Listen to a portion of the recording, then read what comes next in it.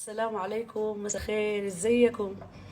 بحب أشكر كل الناس اللي هنتني على صفحة الفيسبوك بوصوله إلى 2 مليون متابع من الدول العربية، من الدول الأوروبية، من أفريقيا الأم، من أهلي وأحباي من السودان، وكل أحباي من دولة الصومال. احب اقول لكم انا عاجزه عن الشكر، وان شاء الله اكون قدر المكان اللي انتم خطيتوني فيها، ان شاء الله اكون الانسان اللي بتستحق، وان شاء الله عقبال ال100 مليون متابع. واوعدكم ان شاء الله، ان شاء الله في الايام القادمه حقدم لكم لايف حتكون فيه كل الطلبات اللي انتم عايزينها من الاغاني اللي انتم بتحبوها.